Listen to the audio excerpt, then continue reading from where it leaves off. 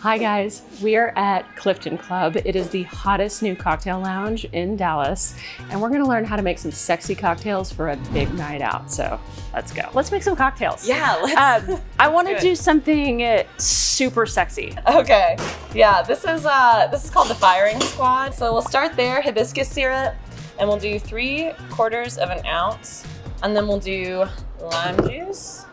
And we'll do the same amount, 3/4 of an ounce, so that's equal parts. Okay, so we're using Casamigos here. Casamigos reposado. Reposado. Yeah. How much? And then to the little lime. To the lime. Yeah. Okay. So that's 1.5 ounces. And then the last thing we're gonna add is ginger, and we'll do 3 good dashes of this is fresh squeezed ginger juice. Look at that color. And I cut some lime wedges for us. Oh, perfect. The green against the pink is so pretty.